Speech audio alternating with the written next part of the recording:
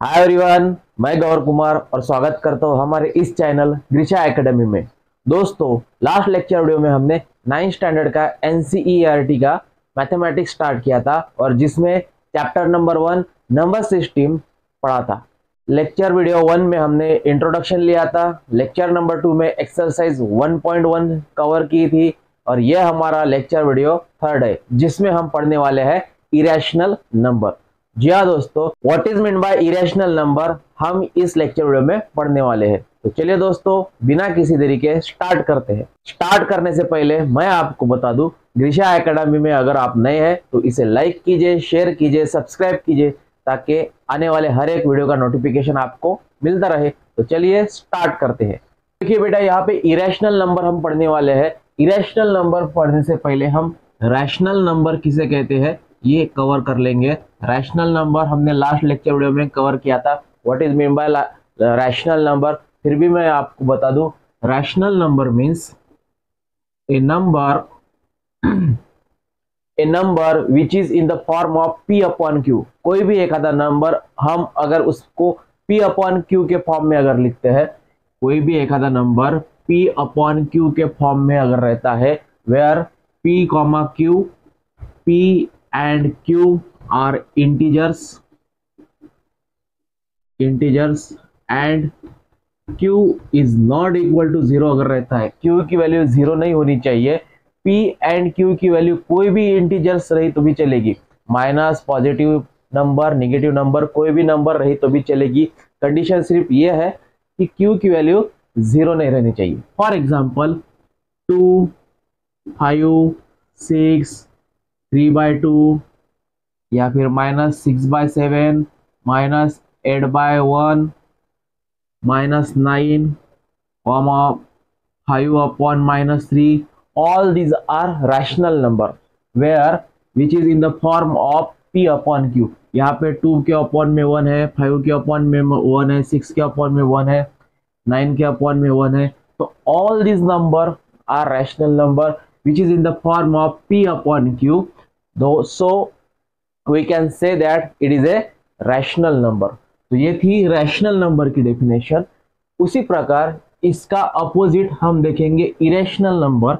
Irrational number means बच्चों, irrational number ये होता है कि कोई भी नंबर आप p अपॉन q के फॉर्म में नहीं लिख सकते। ऐसा नंबर जो आप p अपॉन q के फॉर्म में नहीं लिख सकते तो उसे हम कहेंगे इरेशनल नंबर। उसे क्या कहेंगे बच्चों? Irrational number. तो इरेशनल नंबर में बच्चों स्क्वायर रूट 2 आ जाएगा। स्क्वायर रूट 2 का स्क्वायर रूट नहीं निकलता, इसका रूट नहीं निकलता, निकलता भी है तो इसका आंसर पॉइंट में आ जाएगा, जिसको हम p अपॉन q के फॉर्म में नहीं लिख सकते। ठीक है। उसी तरह square root 3, square root 5, square root 6, square root 7, square root 8। ठीक है। All these are irrational number. ये जो 2, 3, 4, 5, 2, 3, 5, 6, 7, 8 इसका स्क्वायर रूट नहीं निकलता है बच्चों, तो इसको हम कहेंगे it is A irrational number. It is A irrational number. यहाँ पे देखिए बच्चों, हमने स्क्वायर रूट 4 को नहीं लिखा क्योंकि स्क्वायर रूट 4 का आंसर आता है 2। 2 is a rational number because 2 के अपॉन में कुछ नहीं मतलब 1 है and 2 upon 1 is in the form of p upon q। 2 upon 1 ये p अपॉन q के फॉर्म में लिख सकते हैं हम। तो it is a rational number. But यहाँ पे स्क्वायर रूट 4 छोड़ के जिसका स्क्वायर रूट नहीं निकलता है, निकलता भी है तो वो पॉइंट में आता है, और पॉइंट के जो नंबर है जिसको हम p अपॉन q के फॉर्म में नहीं लिख सकते तो उस नंबर को कहेंगे हम इरेशनल नंबर। उसको क्या कहेंगे बच्चों? Irrational number. जैसा कि हम यहाँ पे स्क्वायर रूट 2 की वैल्यू यहाँ पे फाइंड करेंगे और हम देखेंगे कि इसको p अपॉन q के फॉर्म में लिखना है या नहीं। ठीक है। तो मैं इसे रब कर देता हूं। इस स्क्वायर रूट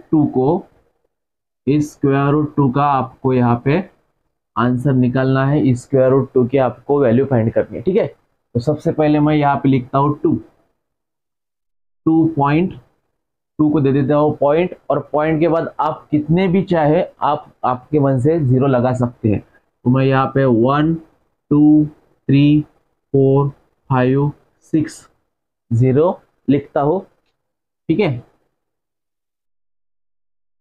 और यहाँ पे ये जो जीरो है ये जीरो पेयर में लिखना होगा, दैट इज दो जीरो एक पेयर में, दूसरे दो जीरो एक पेयर में, और दूसरे दो जीरो एक पेयर में। तो 2.0000 इसको हमने इस तरह लिखा। अब आपको यहाँ पे देखना है बच्चों कि इस टू के पहले ऐसा नंबर चाहिए आपको जिसका स्क्वायर रूट निकल सके। तो टू के पहले आता है 1, और 1 का स्क्वायर रूट 1 ही निकलता है, तो हम यहाँ पे लिखेंगे 1। अब यहाँ पे 1 लिया तो आपको यहाँ पे भी 1 लिखना पड़ेगा, दैट इज 1 1 जा 1, ठीक है। यह आएगा आपका 1, 2 माइनस 1 दैट इज 1, ठीक है। और इस 1 की आपको कर लेनी है एडिशन। ये जो 1 है ये 1 आपको यहाँ पे लिखना है, तो इसकी सब्ट्रैक्शन और यहाँ पे एडिशन। तो 1 + 1 आता है आपका 2, ठीक है। ये पॉइंट के ऊपर पॉइंट दे देंगे हम, एंड ये जो जीरो है, दो जीरो, ये जीरो की पेयर हम यहाँ पे लिख लेंगे, दैट इज ये हो गया आपके अभी 100। अब आपको देखना है बच्चों यहाँ पे ये जो 2 है, यहाँ पे 2 रहने के बाद आपको यहाँ पे ऐसा नंबर लेना है, ऐसा नंबर लेने के बाद वही नंबर आपको यहाँ पे मल्टीप्लाई करना है। फॉर एग्जाम्पल मैंने ये जो 2 है, 2 यहाँ पे 2 लिया, 2 के बाद अगर मैंने 1 लिया तो यहाँ पे भी मैं 1 लूंगा, तो 21 1 जा 21 आता है। तो 21 ये तो बहुत दूर है 100 से, ठीक है। उसके बाद 21 22/2 कर लेते हैं हम। अगर ये जो 2 है तो 2 को हमने 2 दे दिया और उसी 2 से आपको मल्टीप्लाई करना होगा। तो 22 2 जा 44, ठीक है।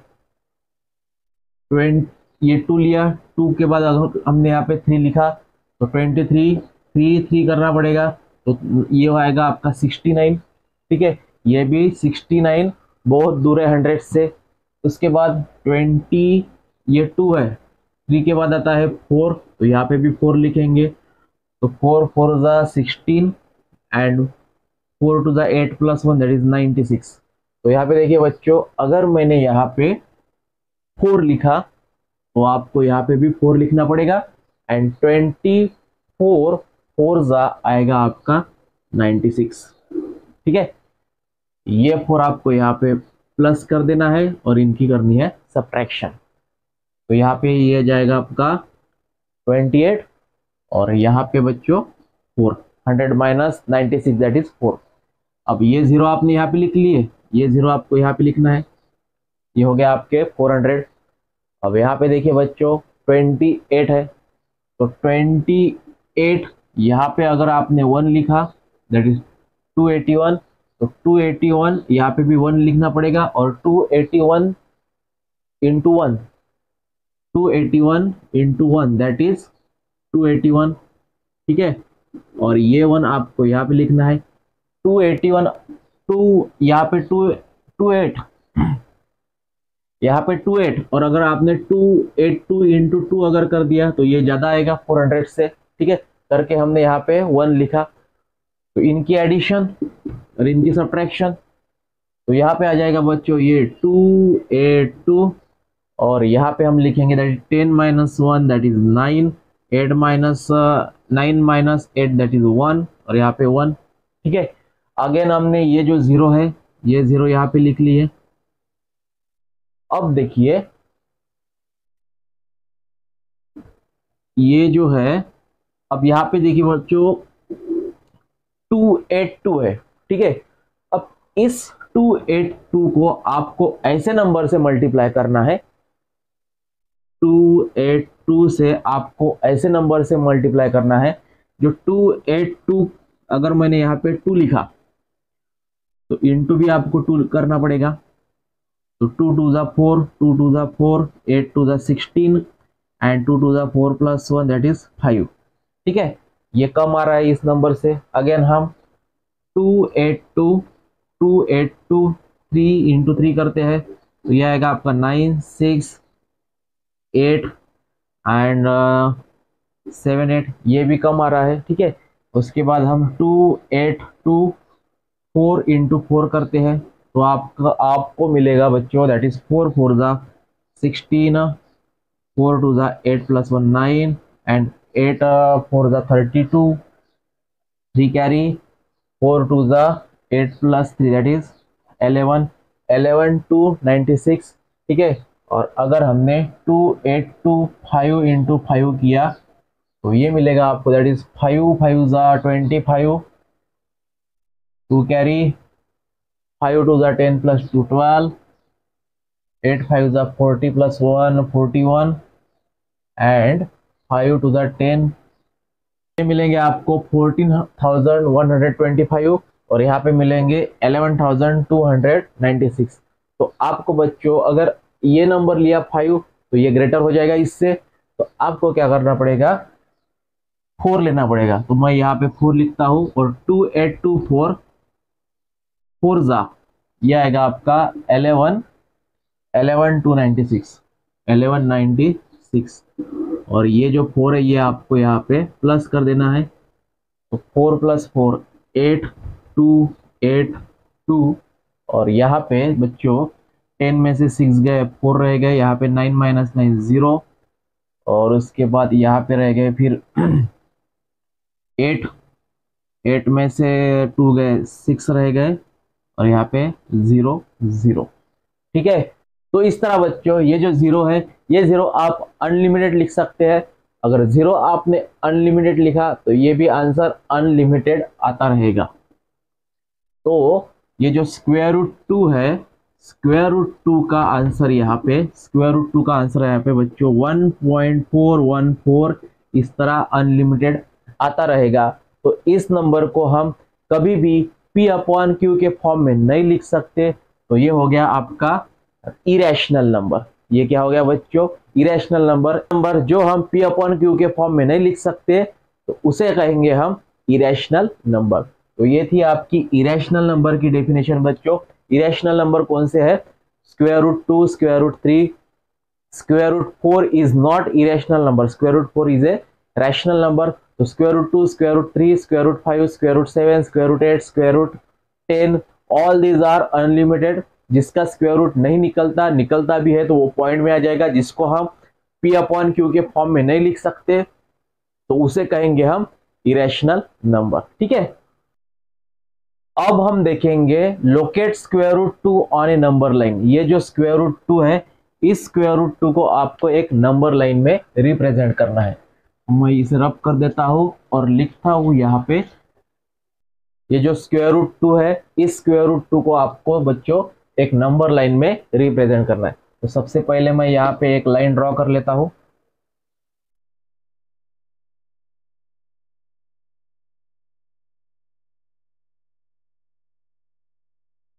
ठीक है, हमने यहाँ पे एक लाइन ड्रॉ कर ली। लाइन ड्रॉ करने के बाद यहाँ पे लिखेंगे 0, ठीक है। 0 के बाद इधर पॉजिटिव नंबर, पॉजिटिव इंटीजर और ये साइड में निगेटिव इंटीजर, ठीक है। अब यहाँ पे देखिए स्क्वायर रूट 2 आपको नंबर लाइन में रिप्रेजेंट करना है। तो स्क्वायर रूट 2 के पहले ऐसा आपको एक नंबर चाहिए जिसका स्क्वायर रूट निकल सके। तो स्क्वायर रूट 2 के पहले आता है बच्चों 1, 1 का स्क्वायर रूट 1 आता है। तो आपको बच्चों 0 से लेके 1 यूनिट लेना है, ठीक है। ये 1 यूनिट हो गया, ये 2 यूनिट हो गया और ये हम यहाँ पे लिखेंगे इट इज ए 3 यूनिट, ठीक है। आपको ऐसा अंतर लेना है, दैट इज ये 0, ये 1 2 एंड 3, ये अनलिमिटेड आता रहेगा। तो 0 एंड 1 के बिटवीन 1 यूनिट अंतर है। आपको स्क्वायर रूट 2 एक नंबर लाइन में रिप्रेजेंट करना है। तो स्क्वायर रूट 2 के पहले ऐसा नंबर चाहिए आपको जिसका स्क्वायर रूट निकल सके। तो हम यहाँ पे 1 यूनिट लेंगे। तो ये जो अंतर है बच्चों, आप स्केल में कितना भी अंतर लिख सकते हैं, कितने भी सेंटीमीटर लिख सकते हैं। सिर्फ आपको ध्यान में ये रखना है कि जो 0 एंड 1, 1 एंड 2, 2 एंड 3 में सेम अंतर आना चाहिए। तो ये जो है 0 and 1, इसके इसे हम नाम दे देंगे it is A O, it is O and it is A. तो यहाँ पे बच्चों ओ ए है इज इक्वल टू 1 यूनिट, ठीक है, ओ ए इज इक्वल टू 1 यूनिट। और आपको इस ए पॉइंट पे एक ऐसा परपेंडिकुलर ड्रॉ करना है, आपको यहाँ पे डी रख के एक 90 डिग्री का एंगल फाइंड करना है। और 90 डिग्री एंगल के बाद जैसा कि हमने 0 से 1 यूनिट लिया, तो आपको यहाँ पे भी एक 1 यूनिट लेना है, ठीक है। तो इसे नाम दे देंगे हम, इट इज ए बी, ठीक है। अब ए बी, ये जो पॉइंट ए है, ए बी कितना है, ए बी भी 1 यूनिट है। जितना अंतर आपने 0 से लेके 1 तक लिया, वही डिस्टेंस आपको ए से बी तक लिखना है। और ए बी परपेंडिकुलर ड्रॉ, मतलब यहाँ पे आपको ये 90 डिग्री का एंगल बन जाएगा, ठीक है। और ओ बी ज्वाइन कर लेनी है, मैं ओ बी को ज्वाइन कर लेता हूं, ओ बी, ठीक है। अब ओ बी आपको फाइंड करनी है, O B is equal to question mark, ठीक है। अब जैसा कि आप यहाँ पे देखोगे, it is a right angle triangle O A B is a right angle triangle and angle OAB is equal to 90 degree and OB is a hypotenuse। OB क्या है बच्चों, हाइपोटेनस है, ठीक है। Triangle OAB is a right angle triangle, angle OAB यहाँ पे 90 degree है, तो 90 डिग्री के अपोजिट जो भी साइड रहती है दैट इज OB, OB क्या है, हाइपोटेनस है। तो by Pythagoras theorem, by PGT, Pythagoras theorem, by Pythagoras theorem, hypotenuse square that is OB square is equal to one side square plus other side square, ठीक है। by Pythagoras theorem, hypotenuse square that is OB square is equal to OA square plus AB square। तो OA है आपकी 1 that is 1 square, AB है आपकी 1 तो 1 square that is 1 square 1, 1 square 1 that is 1 plus 1 2। तो ये आएगी आपकी OB square, taking square root on both side, तो OB मिलेगा आपको स्क्वायर रूट 2। OB कितना मिलेगा आपको, OB is equal to square root 2 मिलेगा बच्चों। तो इस OB को हम लिखेंगे स्क्वायर रूट 2, ठीक है। OB आपको स्क्वायर रूट 2 मिल चुकी है, तो आपको क्या करना है बच्चों, ऑर्डर यहाँ पे रखे, पेंसिल इस तरह टर्न कर लेनी है। आपको इस तरह ये पेंसिल को लिखना है, और ये जो है ये पॉइंट को हम नाम दे देंगे it is A square root 2। मतलब जितना डिस्टेंस आपने OB में लिया, वो OB का डिस्टेंस आपको पेंसिल से इस तरह मार्क कर लेना है। तो ये जो पॉइंट है, ये नंबर लाइन जो है, ये जो नंबर लाइन है, ये नंबर लाइन में यहाँ पे आएगा आपका स्क्वायर रूट 2, ठीक है। तो ये था आपका locate square root 2 on a number line. उसी प्रकार बच्चों अब हम देखेंगे लोकेट स्क्वायर रूट 3, एग्जाम्पल 4 है आपका, locate square root 3 on number line.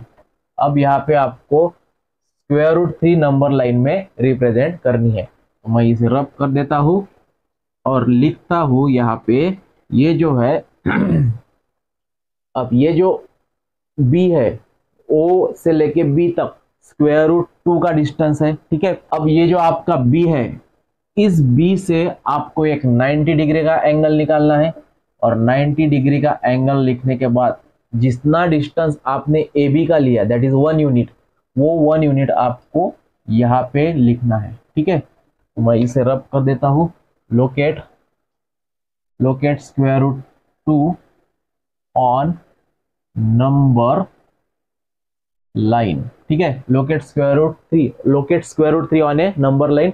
अब यहाँ पे देखिए, ये जो B है पॉइंट, B पे आपका D रख के ये जो है ये 1 यूनिट ड्रॉ कर लेना है।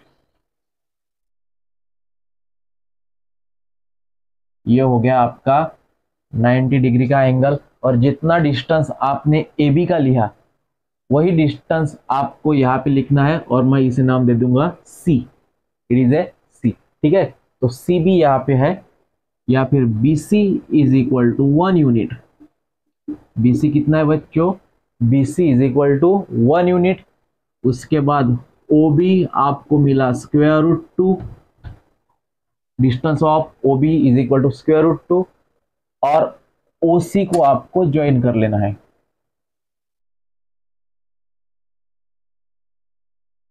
ठीक है, अब ओ सी आपको फाइंड करना है, तो मैं यहाँ पे लिखता हूँ क्वेश्चन मार्क। ओ सी आपको फाइंड करना है। ओ बी का डिस्टेंस है स्क्वायर रूट ओ बी का डिस्टेंस है square root 2, and B C का डिस्टेंस है 1 यूनिट। जितना डिस्टेंस आपने ए बी का लिया वही डिस्टेंस आपको बी सी का लेना है, ठीक है। अब अगेन यहाँ पे ट्राइंगल जो है O B C, triangle O B C is right angle triangle. Triangle OBC is a right angle triangle where angle OBC is equal to 90 degree. यहाँ पे OBC कितना है बच्चों? 90 डिग्री है, यहाँ पे 90 डिग्री है। और OC and OC is hypotenuse. OC क्या है बच्चों? OC is a hypotenuse. तो again by Pythagoras theorem, by PGT Pythagoras theorem, hypotenuse square that is OC square is equal to one side square that is OB square plus BC square। ठीक है, hypotenuse square is equal to one side square plus other side square। तो OC square as it is OB square, OB square है आपकी square root 2 whole square, and BC है आपकी 1 that is 1 square. Square root 2 का square आएगा 2, and 1 का square आएगा 1 that is 3। OC square is equal to 3, and taking square root on both sides that is OC is equal to square root 3। OC कितना मिला आपको बच्चों?